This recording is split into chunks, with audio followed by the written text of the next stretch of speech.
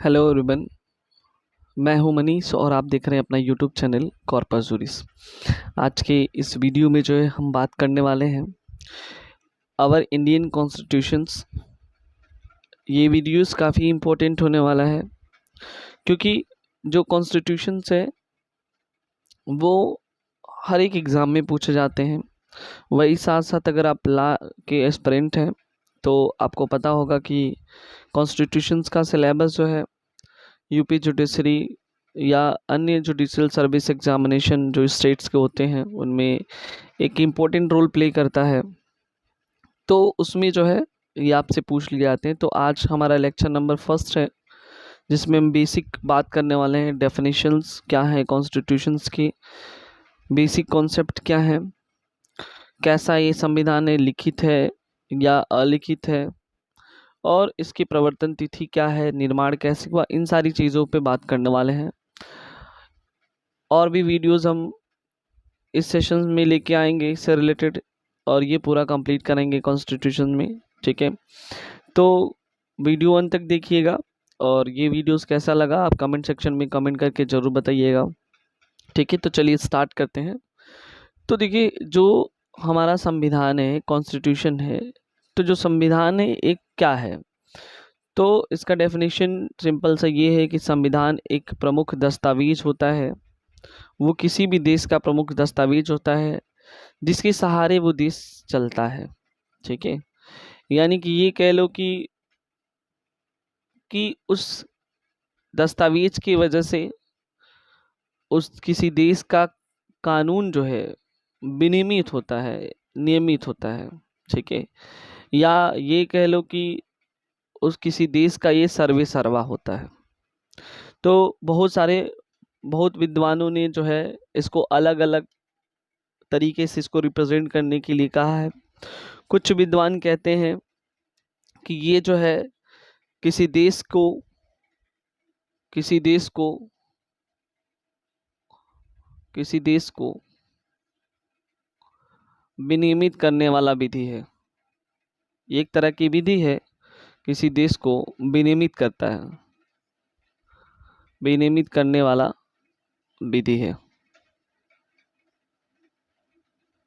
ठीक है, अब देखो, किसी भी देश को विनियमित करने की बात है तो कोई देश है तो उसके 3 अंग होते हैं। किसी भी देश के 3 अंग होते हैं। एक होता है कार्यपालिका, ठीक है, जिसे एग्जीक्यूटिव बोलते हैं। ये कार्यपालिकी बॉडी होती है। उसके बाद आती है विधायिका, जो लेजिस्लेटिव बॉडी होती है।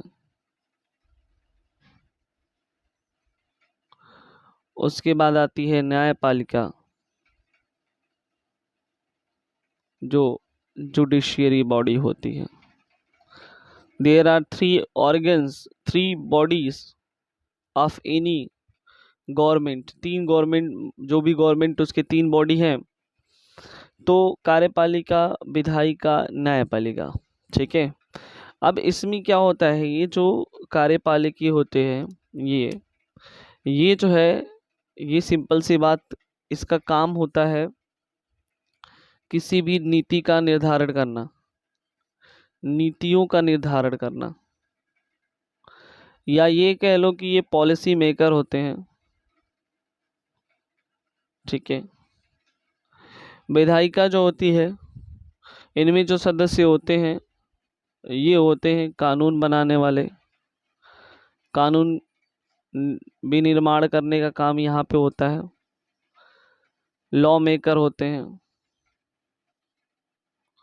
और न्यायपालिका, यदि जो व्यक्ति या जो लोगों के द्वारा जो है कानून का पालन नहीं किया जाता है, तो ऐसे में जो है इनके द्वारा जो है इनको इन्फोर्स्ड कराया जाता है।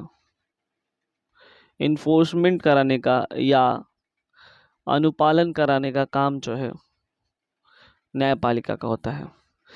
तो भले ही ये 3 अंगों में बटा हुआ है, इनके इनके इनके वर्क बटे हुए हैं, तो ये 3 अंग अपने प्रॉपर हिसाब से वर्क कर रहे हैं कि नहीं कर रहे हैं, इन तीनों अंगों को जो रेगुलेट किया जाएगा वो हमारा इंडियन कॉन्स्टिट्यूशन के हिसाब से रेगुलेशन इसका होगा। ठीक है, तो वही चीज़ यहाँ पे बोल रहा है कि विनियमित करने वाला एक बहुत बड़ा विधि है और ये प्राइमरी विधि है। ठीक है, और किसी भी देश का जो ये कॉन्स्टिट्यूशन होता है, ये माना जाता है कि ये पवित्रतम क्या है, एक ग्रंथ है। ठीक है, ये क्या है, पवित्रतम ग्रंथ है, जो कि कोई देश जो है क्या होता है, इससे संचालित होती है। ठीक है, कोई भी देश इससे क्या होती है, संचालित होती है। तो अलग अलग डेफिनेशन है, अलग अलग तरीके से इसको जो है बताया गया है। और सीधे सीधे ये कह लो कि ये जो हमारा इंडियन कॉन्स्टिट्यूशन है, ये क्या करता है, सीमा का निर्धारण करता है। किसी भी देश की सीमा क्या है, ठीक है, जो 3 अंग हैं, इनके कार्यों की सीमा क्या है, इसको निर्धारण करने का काम जो है ये कॉन्स्टिट्यूशन करता है। ठीक है, तो किसी भी देश को चलाने के लिए एक जो संविधान है, या तो वो लिखित, ये परिभाषा तो हो गया, या तो वो लिखित होगा या वो अलिखित होगा। 2 ही फॉर्म में हो सकता है, या तो वो लिखित होगा या तो अलिखित होगा। तो मात्र एक देश ऐसा है जिसका संविधान जो है अलिखित फॉर्म में है, और वो है, सबको पता है, इंग्लैंड।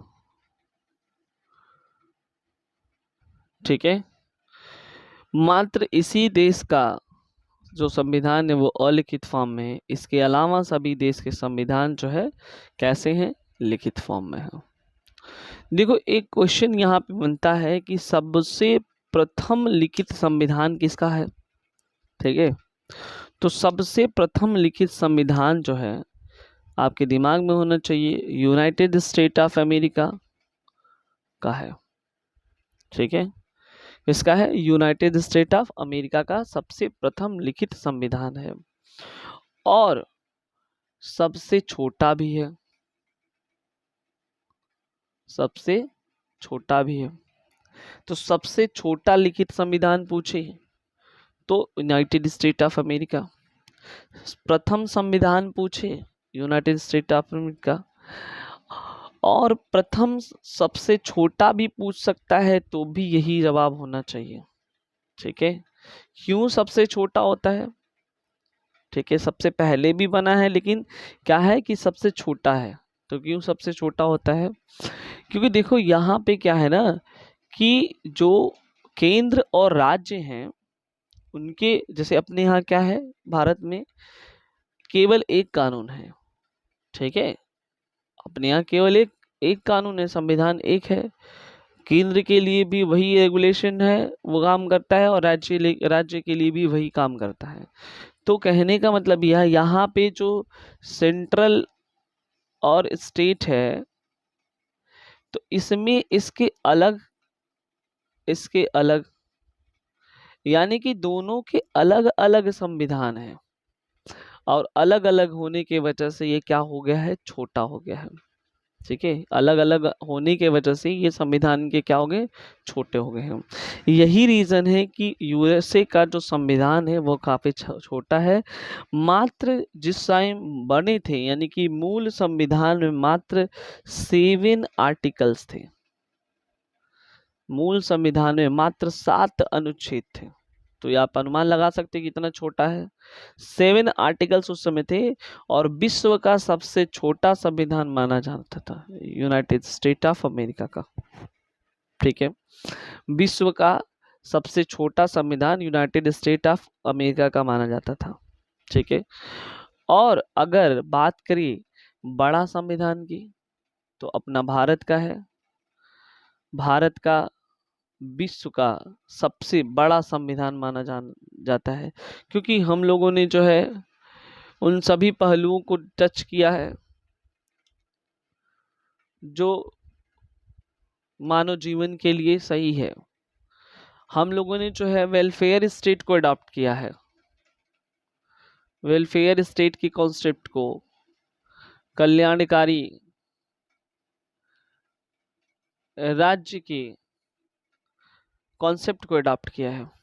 तो जब कल्याणकारी राज्य के कॉन्सेप्ट को अडॉप्ट किया है तो उसमें बहुत सारे चीज़ों को, मानव के फंडामेंटल राइट्स को, ठीक है, देखना पड़ा। तो इसलिए वो चीज़ें बड़ी हो गई, ठीक है। इसलिए जब भी पूछे कि सबसे छोटी संविधान, तो सबसे छोटी संविधान जो है यूनाइटेड स्टेट अमेरिका 7 आर्टिकल क्यों हुआ, क्योंकि दोनों स्टेट और सेंट्रल का अलग अलग है। सबसे बड़े संविधान पूछेगा तो भारत का, क्योंकि वहाँ पे दोनों के एक ही में है, और वेलफेयर स्टेट को चूंकि भारत ने अडॉप्ट किया है, इसके वजह से जो है इसको ये बड़ा हो गया। अलिखित संविधान पूछेगा तो ये इंग्लैंड का है अलिखित संविधान, इसमें कोई डाउट होना नहीं चाहिए, ठीक है। अब यहाँ पे देखना कि हमने अभी लिखा आर्टिकल, ठीक है।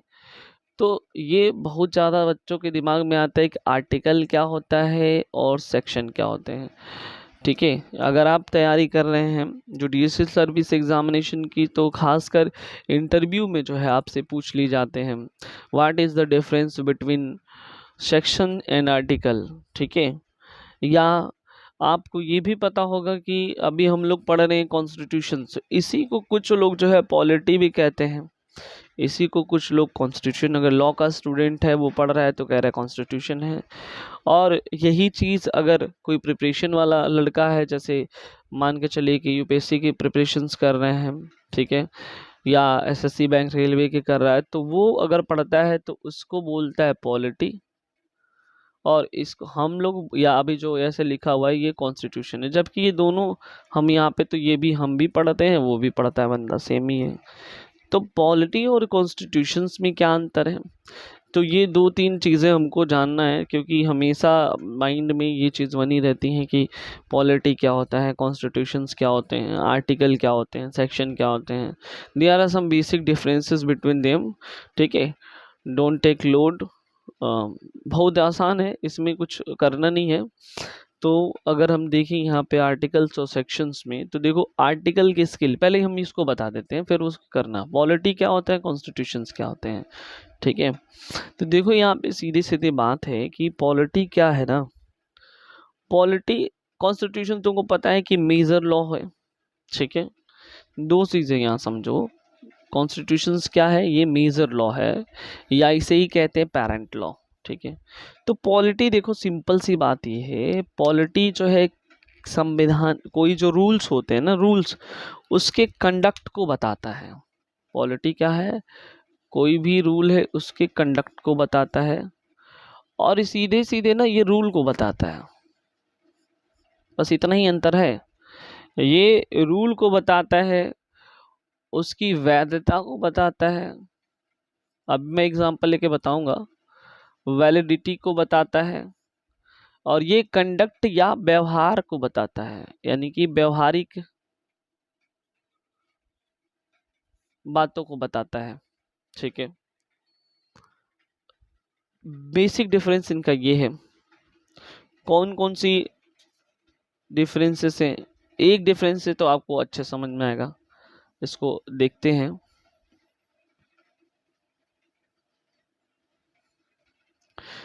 देखो ये एग्जाम में पूछते हैं, ठीक है, तो इसको कवर करना तो बहुत है, क्योंकि यहाँ पे क्या होता है कि जो लोगों को नहीं पता होता है वो सीधे सीधे कर देते हैं, ठीक है।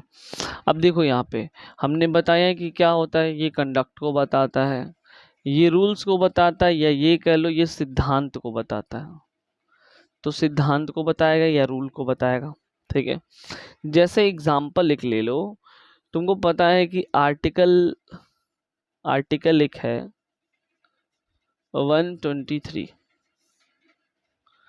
आर्टिकल 123 जो है किसको बताता है, ये किसी देश में, भारत देश की बात कर लो, प्रेसिडेंट यानी कि राष्ट्रपति के द्वारा जो है जो ऑर्डिनेंस लगाए जाते हैं, जिसे अध्यादेश बोलते हो, वो बात करता है, अनुच्छेद 123। वहीं आर्टिकल 213 किसी स्टेट में गवर्नर के द्वारा, तो यहाँ पे जो है क्या होगा, किसी स्टेट में गवर्नर के द्वारा अगर अध्यादेश लेने की बात है तो वो 213 में करेगा, और राज्य में राज्यपाल जो है 213 में ऑर्डिनेंस लेके आएगा। तो किसी देश में अगर बात करें ऑर्डिनेंस लाने की तो राष्ट्रपति, और राज्य में बात करते हैं तो अध्यादेश लाने की यानी कि राज्यपाल की बात है। तो अगर जो अध्यादेश लेके आया जाता है उसके बारे में बात करते हैं तो व्यवहारिक बातें कैसे लेके आया जाता है, कैसे किया जाता है, लेकिन प्रिंसिपल की जब बात करते हैं तो वैलिडिटी और एग्जीक्यूशन की बात करने का जो काम होता है वो कहलाता है आपका वैलिडिटी में कॉन्स्टिट्यूशंस का। अब हम देखते हैं सेक्शंस और आर्टिकल के बीच डिफरेंसेस, सेक्शन एंड आर्टिकल ये क्या होते हैं। तो कहा जाता है कि जो ये दोनों ना एक नंबर होता है, सीधी सीधी बात है, एक नंबर होता है जिससे हम लोग रिप्रेजेंट करते हैं, इसमें कुछ बहुत ज़्यादा वो नहीं है। और ये नंबर जो होता है जिससे रिप्रेजेंटेशन किया जाता है, तो कहा जाता है कि ये जो आर्टिकल वर्ड है ये जो है कॉन्स्टिट्यूशंस के लिए प्रेजेंट किया जाता है, और ये जो सेक्शन वर्ड है ये जितने भी लॉ बनते हैं उनके लिए सेक्शन होता है। तो जो लॉ बेसिक होते हैं जैसे हिंदू लॉ हुआ, और उसके बाद जो है आपका आ जाता है एडॉप्शन एंड मेंटेनेंस एक्ट हुआ, ठीक है, मतलब तमाम लॉ है, ठीक है, टीपीए हुआ, ठीक है, कॉन्ट्रैक्ट एक्ट हुआ। तो जितने भी लॉ होते हैं उनको जो है उनका जो नंबरिंग होता है तो वो सेक्शन में होता है। बाकी जो कॉन्स्टिट्यूशन होता है वो उसका जो नंबरिंग होता है वो आर्टिकल में होता है। या यूं कह लो कि ये जो आर्टिकल है इसे बोलते हैं, ये जो कॉन्स्टिट्यूशन है इसे बोलते हैं पेरेंट लॉ, पेरेंट लॉ। और पेरेंट लॉ से ही बाकी के लॉ बनाए जाते हैं, जैसे डेराइव्ड लॉ कहते हैं, ठीक है। इनके ही ये कह लो कि सुपरमेसी का जो सुपरमेसी होता है, ये कह लो कि जो पेरेंट लॉ होते हैं वो सुप्रीम होते हैं। जो सुप्रीम लॉ होते हैं उनके जो नंबरिंग होता है, बस इतना ही बोलना है क्या डिफरेंसेस होते हैं। तो सुप्रीम लॉ की जो नंबरिंग होता है उसको हम लोग केवल और केवल बोलेंगे आर्टिकल में, और जो उसके डॉटर लॉ हैं, ठीक है, उनसे बनाए गए लॉ हैं, उनके जो नंबरिंग है उसको हम लोग सेक्शन में बोलते हैं। तो these are the major difference between the section and articles, ठीक है। बहुत ज़्यादा कंफ्यूजन होता है लोगों के दिमाग में कि क्या होता है, तो ये बेसिक डिफरेंस है कि जैसे आपको पता होगा कि आर्टिकल 12 ऐसे लिखा जाता है, आर्टिकल 12 स्टेट को बताता है, आर्टिकल 19 स्पीच एंड एक्सप्रेशन को बताता है। तो ये आर्टिकल जो है पेरेंट लॉ को बताएगा, सुपरमेसी को दिखाएगा। और वहीं अगर सेक्शन की बात करते हैं, section 10 contract act, section 5 Hindu marriage act. तो बात करते हैं अगर किसकी परिभाषा, कॉन्स्टिट्यूशन की नहीं, आर्टिकल की।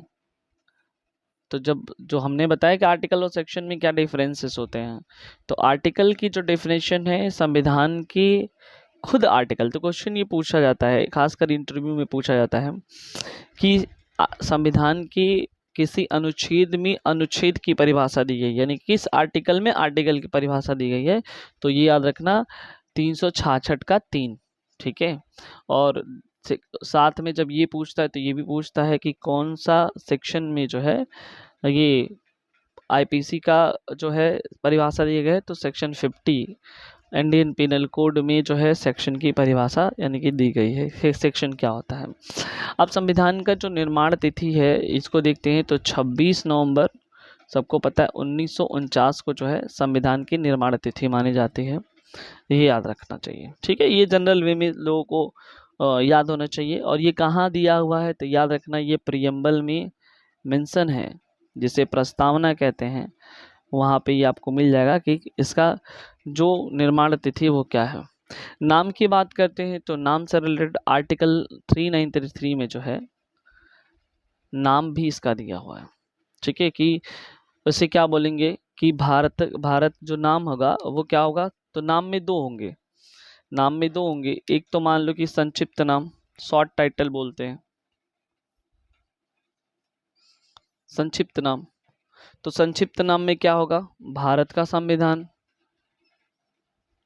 भारत का संविधान। और तो अधिकतर ये पूछता है, लेकिन कभी मान लो अगर विस्तृत नाम पूछ ले, ठीक है, संक्षिप्त नाम ये है, अगर विस्तृत नाम पूछ ले तो विस्तृत नाम में जो उद्देशिका होती है, किसी भी कानून की जो उद्देशिका होती है, जो प्रियम्बल होता है, वही उसकी विस्तृत नाम कहलाता है। तो ये भी याद रखना है।